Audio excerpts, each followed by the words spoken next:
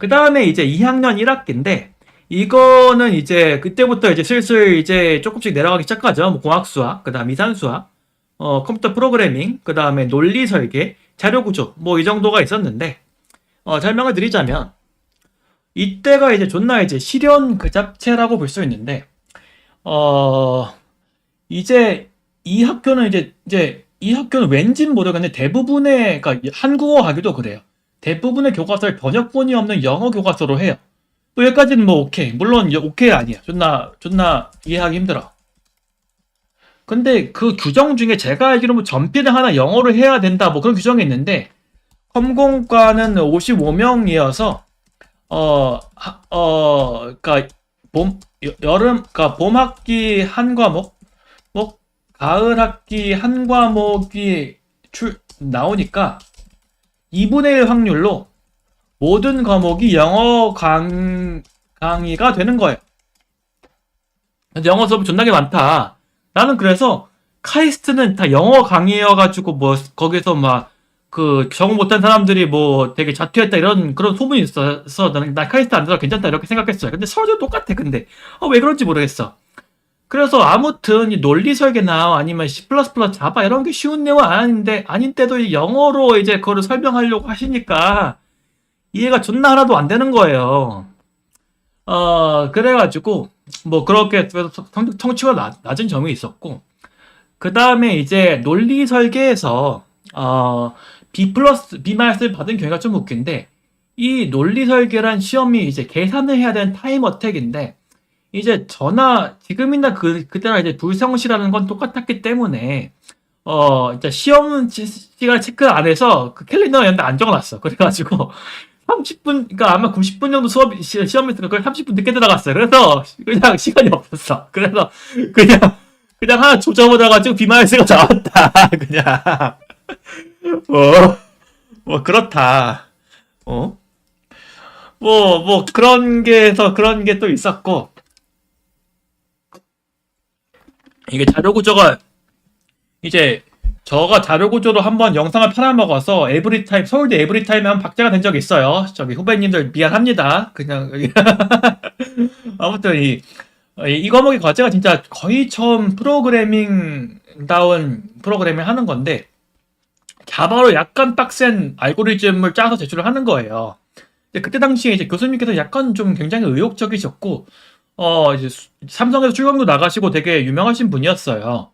수업에 엔퀸 이런 것도 내셨는데 다익스트라나 이런 거 냈는데 이게 사실은 자료구조 과목에서 가르치는 게 아니라 알고리즘 과목에서 가르치는 거예요. 근데 이제 다시 재수강했을 때는 이제 같은 교수님이었는데 빼셨더라고요. 그래서 아마 그때 관계가 6년 정도 차이가 있거든요. 말 안 되는 감자들, 그 학부생들은 보통 이제 지능이 보통 낮다는 걸 늦게 깨달아서서 이런 걸 빼지시 않으셨나라는 이제 그런 추억이 있습니다. 그리고 이 자료 구조가 제가 들은 바로는 이 교수님이 학부생 채점 조교를 모집을 하는데 그러니까 이 교수님이 이제 학점을 그래도 최대한 많이 주시려고 하는데 A 플러스는 진짜 자기 기준에 맞는 친구들만 줘서 한 학기에 뭐 1명에서 2명 정도 부여를 하신다고 들었어요. 근데 이 교수님이 알고리즘 강의도 같이 하시거든요. 그래서 뭐 가을 학기에는 알고리즘 하면 뭐 봄 학기에는 자료 구조하고 뭐 이런 느낌이에요. 근데 학부생으로 알고리즘이랑 자료 구조를 동시에 A 플러스를 받은 학부생을 조교로 모집하셨다. 그러면 그 한두 명에 겹치는 확률이 말이 되나 이게? 뭐 약간 그래서 여기서 띠용 하긴 했습니다. 예, 이런 뭐하는 인간일까 이런 거 있으니까 조교를 했겠죠. 이런 사람이 있으니까 이제 한 수업에 보통 자료구조 수업 한 150명에서 한 100명 정도가 들어요. 거기서 이제 한 명 정도 이걸 2번 겹친 사람이 조교가 될 수 있다. 뭐 이런 사람들이 대학원 가는 거겠죠. 아무튼 이 자료구조 수업 타겟에서 이제 프로그래밍을 처음 배우는 일반고 출신과 그 다음에 과학고나 이제 경제고에서 고등학교 때부터 정월금상을 해서 뭐 국가대표로 하고 계절학기 그 과학고나 영재고에서 그 계절 제가 잘 정오를 잘 알아서 몰래 정월에서 금상을 하면 그 사람들 그 학생들 모아서 계절 학기라고 보통 100준에서 한 다이아 이상급 되는 걸 문제를 연습시키는 국가에서 이런 걸 한대요. 그러면 이런 걸 이전에 했던 친구들이 나중에 한 10년 뒤에, 2년 뒤에 졸업을 하면 보통 이제 프라이스가 높아. 그러니까 페이를 많이 받아요. 그래서 돈으로는 안 되고 교수님들이 그러니까 보통 ICPC를 지휘해 주었던 교수님들이 부탁을 해서 강사로 들어간다고 들었습니다. 그래서 그러니까 이게 1부 리그가 있고 2부 리그가 있는 거예요. 근데 이게 제가 또 신기한 게 이게 과거니까 이게 정월도 있지만 수학 올림피아드도 있는데 이제 수학 쪽은 그래도 사람 구하기가 쉽대요. 그래서 그래서 수학보다는 프로그래밍이 그러니까 그래도 수학 쪽은 자원해주는 그 친구들이 좀 그래도 있나 봐 여기. 그래서 수학반 프로그래밍이 페이밴드가 좀 높지 않나 이런 추측을 해 보겠습니다. 네.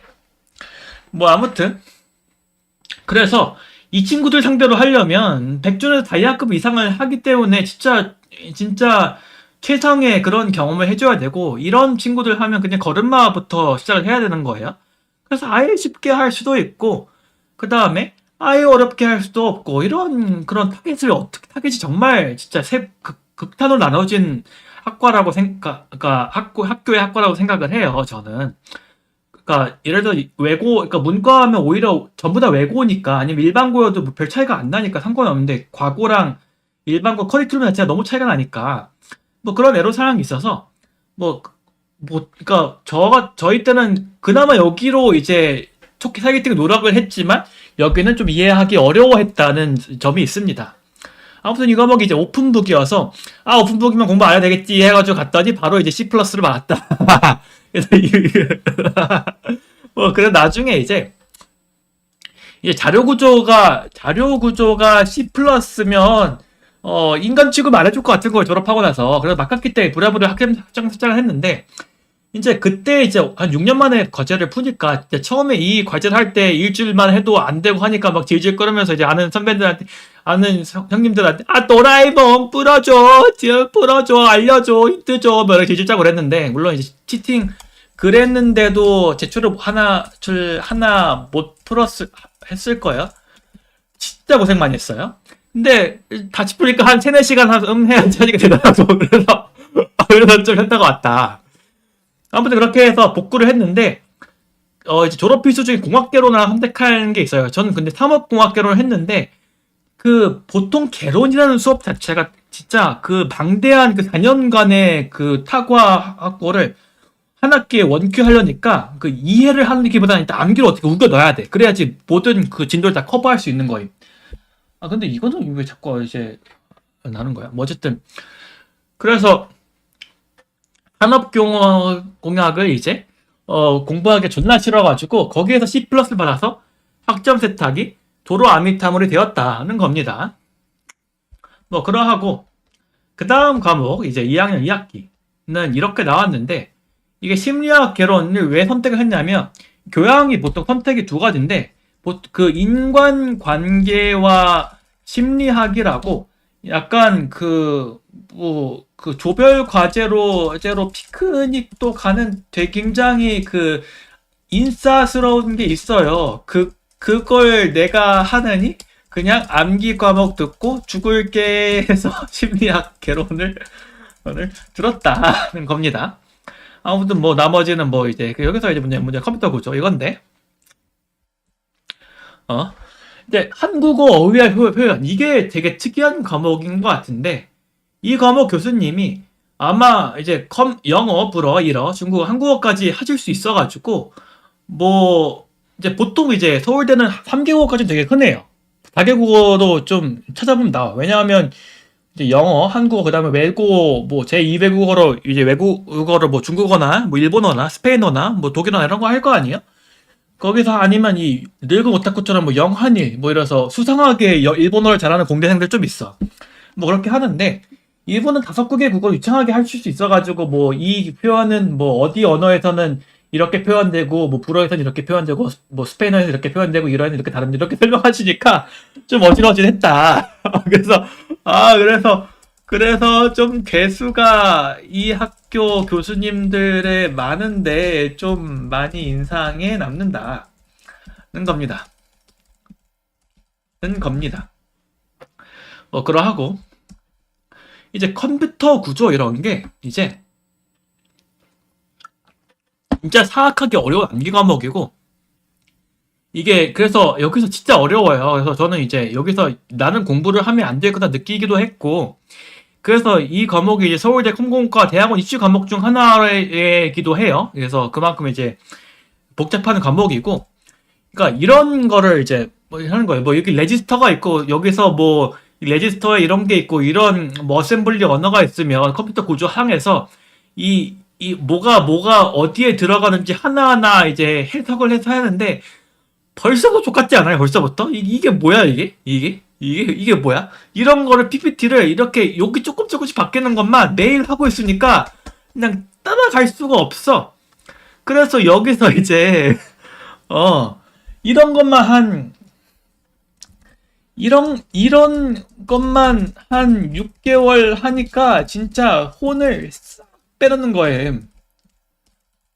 그러니까 여러분들 막 그 학사 졸업하는 사람들이 뭐 개발 강의 할 때 보통 알고리즘, 자료 구조 이런 거만 하고 운영 체제, 네트워크, 컴퓨터 구조 이런 게 없잖아요.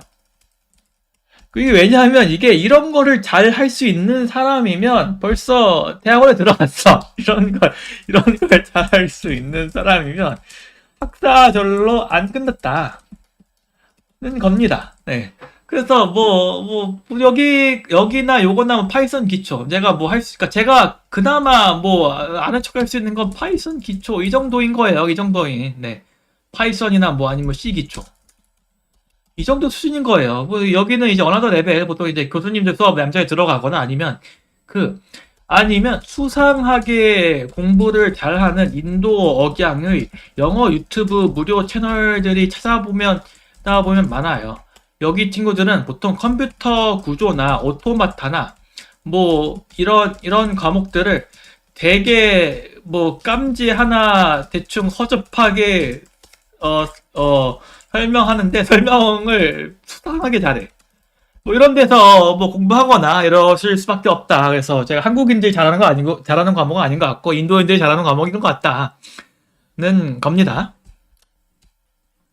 그래서 그러하고 이제 다음 이제 3학년 1학기 과목인데 이제 여기서부터 이제 거의 이제 거의 개박 같죠. 이게 병특하기 전에 이제 과목이라 성적이 제일 좋지 않아요.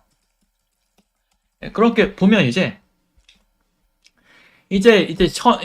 신화 역사를 선택한 게 존나 웃겨요, 이게 제가 23살 있단 말이에요. 이제 그때도 쿠베라가 지금도 연대되지만 그때 봤어요. 아, 쿠베라가 재밌더라고요. 그래서 봐서 비슷한 거 하나 해서 이제 봤어요. 그것도 있고 저 이제 예전에 어렸을 때 그 그리스 로마 신화 존나 재밌게 봤단 말이에요. 그래서 뭐 교육 맞춤말로 실행해서 뭐 그래서 뭐 이제 신화 역사에 대해 설명을 하자 교수님이. 그래서 보고서를 쓰라고 그래. 보고서를 쓰라고 하는데 그 캄피오네라는 그 일본 라노벨이 있어요.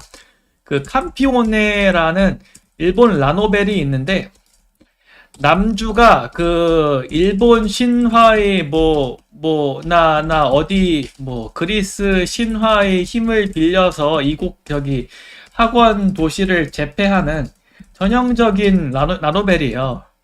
그래서 아마 이 캄피오네 같은 거에 이런 오타쿠 문화도 신화와 역사 뭐 이런 게 쓰인다 이렇게 저 리포트를 냈어요. 그래서 진짜 교수님 보면 존나 황당했을 것 같지 않아요, 교수님? 아, 지금 서울대가 좀 특이한 사람들이 많이 들어가긴 하지만 이런 리포트를 보시는 건 되게 존나 재밌을 것 같아.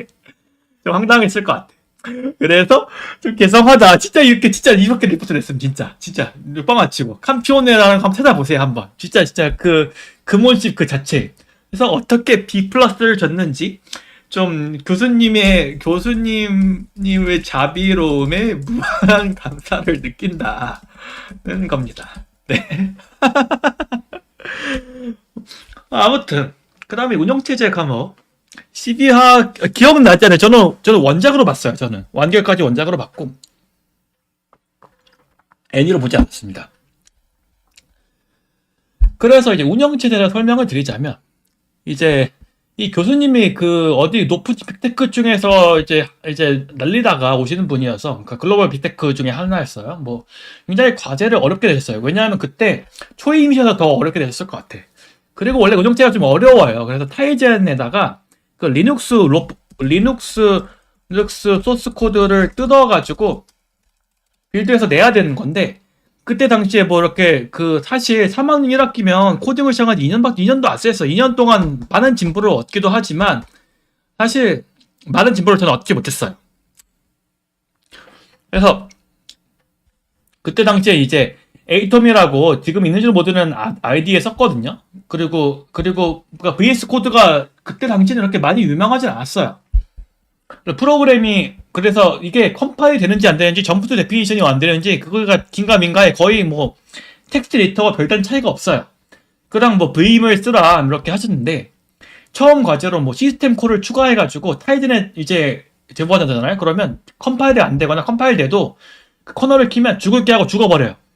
그래서 이게 개빡셌는데 이게 왜냐하면 그 리눅스는 C로 구현이 되어 있기 때문에 네. 그 디파인 매크로를 덕지 붙여서 링크드 리스트를 구현체로 했어요. 그러니까 그 머릿속으로만 잘 생각을 해서 맞겠지 하고 DFS를 리커시브 콜 없이 그냥 디파인 추상적으로 생각해서 집어 넣어야 되는 거였던 거임. 이게 그때 당시 이제 프로세스 리스트를 DFS로 모두 출력하는 거였는데 링크드 리스트 그러니까 왜냐하면 리눅스엔 어레이가 없어요. 그러니까 어레이가 있는지 없는지 모르겠어. 아마 없을 거야. 그래서 링크드 리스트로 리커시브 콜 없이 해야 되는데 그게 생각보다 쉽지가 않아. 그래서 이제 마지막에는 스케줄링 구현까지 갔는데 제가 이제 카대랑 설대랑 운영체제 과목 과제 난이도가 당시로 높기로 악명이 있었어요.